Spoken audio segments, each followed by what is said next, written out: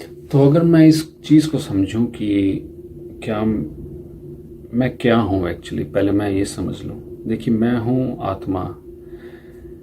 अगर आप देखें कि एक मृत व्यक्ति को देखें, एक कोई मर गया है उसको देखें, तो आप देखेंगे कि सब कुछ यहीं है, शरीर तो यहीं है, पर उसमें से एक चीज़ मिसिंग है जिसकी वजह से वो अब जीवित नहीं है। उसके अंदर से ज़िंदगी चली गई है। जो ज़िंदगी देने वाली शक्ति है या ज़िंदगी है, ये कॉन्शियस जागरूकता है जो उसके अंदर जो उसे जगाती है, वो उसमें से चली गई है। तो मैं कह सकता हूँ कि मैं शरीर नहीं हूँ, मैं वो हूँ, वो एनर्जी जो मुझे जागरूक रखती है या जिंदा रखती है, जीवित रखती है, जीवित शक्ति।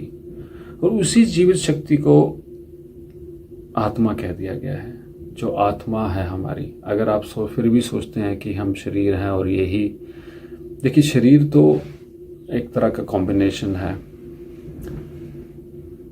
हवा का, पानी का, आग का, स्पेस का, एटमॉस्फेयर का। तो देखिए एक तो कॉम्बिनेशन है। जब हम खाना खाते हैं तो बड़े होते हैं, और तो ज़मीन से ही हम ले रहे हैं और फिर वापस ये शरीर ज़मीन में चला जाता है। तो शरीर कहीं नहीं जाता, शरीर ज़मीन से आता है और ज़मीन में चला जाता है।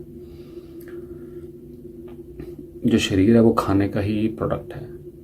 और अगर मैं देखूं, अगर मैं फिर भी सोचता हूं कि मैं शरीर हूं, तो जब हम सो जाते हैं, देखिए शरीर अगर सो रहा है तो मतलब वो कॉन्शियस नहीं है। अगर वो कॉन्शियस है तो वो सो नहीं रहा, सीधी सी बात है। वो अनकॉन्शियस है तभी वो सो रहा है।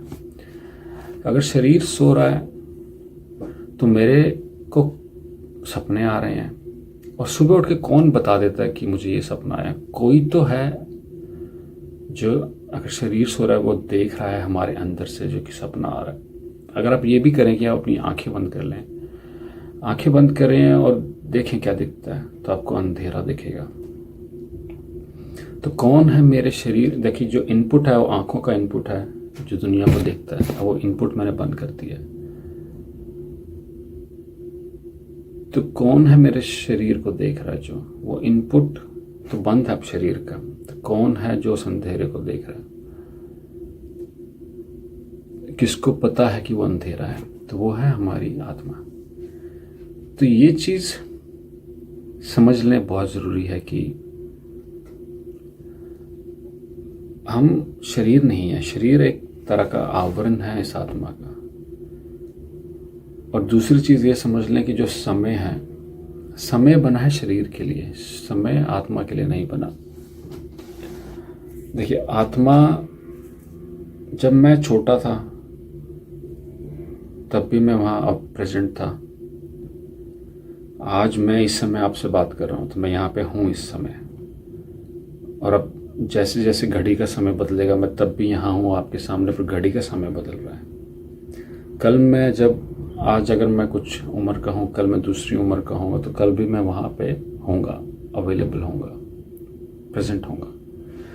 तो दुनिया टाइम से नहीं चलती। टाइम हमने बनाया है शरीर के लिए, चीज़ों के लिए जो जिनकी उम्र होती है। देखिए हर चीज़ जो बाहर की दुनिया में उसकी उम्र होती है, वो नए से पुराना हो जाता है। शरीर भी छोटे से बड़ा होता है फिर ख़त्म हो जाता है।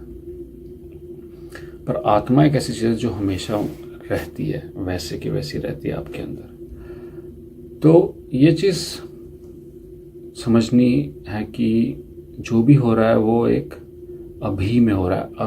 अब जिसे इंग्लिश में नाव कहते हैं। और ये एक असीमित नाव है, असीमित, इसकी कोई लिमिट नहीं है। इनडेफिनेट नाव में हम जी रहे हैं, इनडेफिनेट अब के अंदर हम जी रहे हैं। मैं खा रहा हूँ तो मैं अब में खा रहा हूँ, सो रहा हूँ भी अब में सो रहा हूँ, जाग रहा हूँ, सोच भी मैं अब में ही रहा हूँ। अगर मैं सोच रहा हूँ कल के लिए, जो समय बीत गया कि कल ऐसा हुआ किसी ने किया, या कल ऐसा होगा और मैं ऐसा करूँगा, तो वो भी मैं अब में ही करूँगा, इस आज में ही करूँगा। देखिए आज ही रहता है, कल कभी नहीं आता, कल भी आज से ही बन के आता है।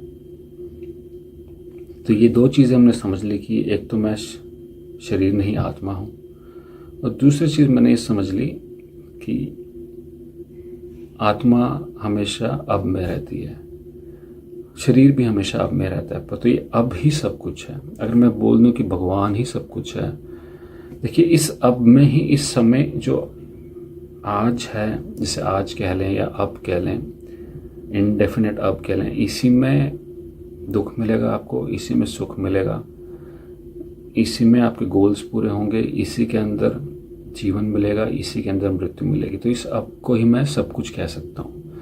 अगर मैं भगवान को ही सब कुछ कह रहा हूँ कि भगवान ही सब कुछ है, उसकी मर्जी के बिना पत्ता भी नहीं हिलता, तो ये अब भी सब कुछ है, क्योंकि इसके अंदर ही सब कुछ हो रहा है।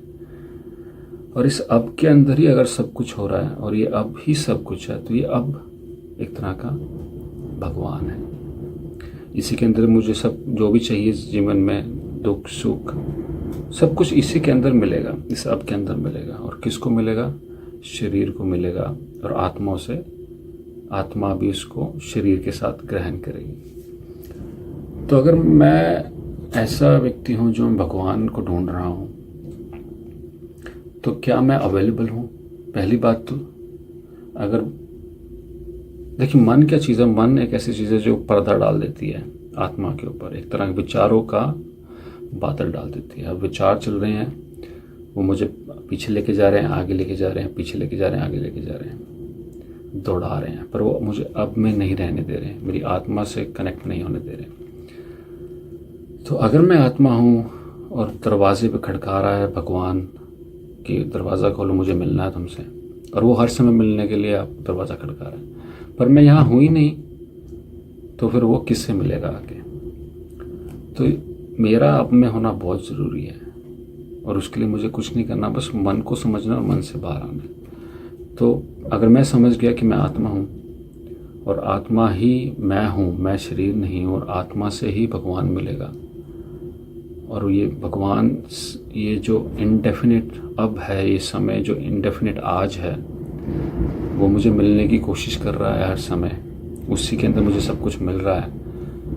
तो वो मिलाप नहीं हो पा रहा क्योंकि आप वहाँ पे हैं ही नहीं, आप विचारों ने पर्दा डाल दिया है आपके ऊपर, आप बस घूम रहे हैं इधर से उधर। तो अगर ये चीज़ मैंने समझ ली, तो मैं मन से मुझे बाहर आना है और कुछ नहीं करना, मन से दूरी बनानी है, समझना इस चीज़ को कि मन पर्दा डाले हुए है और मैं हूँ आत्मा। जैसे वो कनेक्शन बना, आत्मा हमेशा अब में ही होती है, वो आपको बस मन से दूरी बनानी है और सीधा आप अब में आ जाएंगे, और आपका कनेक्शन सीधा भगवान से हो जाएगा, क्योंकि वो हर समय आप उसके अंदर ही हैं, उसी से कनेक्टेड है और उसी से सब कुछ मिल रहा है, और आत्मा हमेशा अब में होती है। बस वो पर्दा हटने की जरूरत दूर है, देरी है, और आप कनेक्शन हुआ पड़ा है ऑलरेडी, एक्चुअली करना वो भी नहीं करना, कनेक्शन तो हुआ ही पड़ा है, बस वो बादल हटाने की। सूरज तो हर समय है, सूरज कभी नहीं छुपता, वो हर समय उगा रहता है, उसके ऊपर बादल आ जाते हैं। जैसे ही मैंने बादल हटाए, बस कनेक्शन हो गया। तो यही करना है हमें, बस बादलों को हटाना है, मन से दूरी बनानी है। धन्यवाद।